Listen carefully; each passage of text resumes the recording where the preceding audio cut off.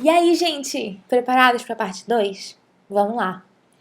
Nessa aula, gente, nós vamos estudar os diferentes significados propriamente ditos de uma palavra, ou seja, as várias vertentes que uma palavra pode ter.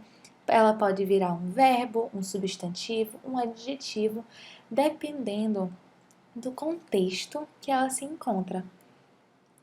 Exemplo número 1. Your nails have grown so much. I need some nails in order to fix the balcony.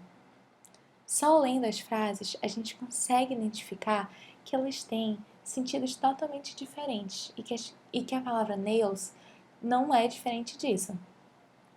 Your nails have grown so much, ou seja, suas unhas cresceram muito.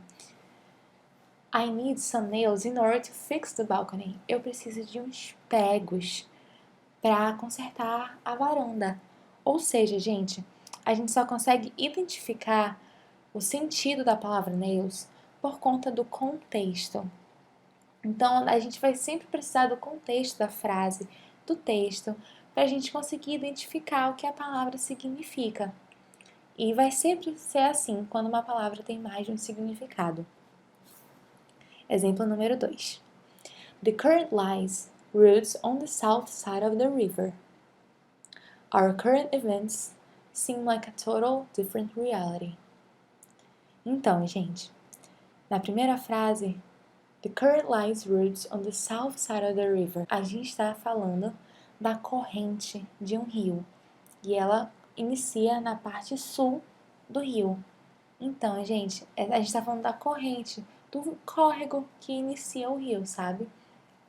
E na segundo exemplo, a gente está falando de os atuais eventos parecem como uma realidade totalmente diferente, que é o que a gente sente, né, durante esse tempo tão diferente que é o tempo do coronavírus.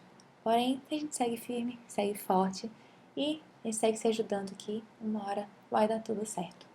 De qualquer forma, a gente consegue ver que a palavra current tem diferentes significados. Na primeira frase, ela é o córrego, a corrente.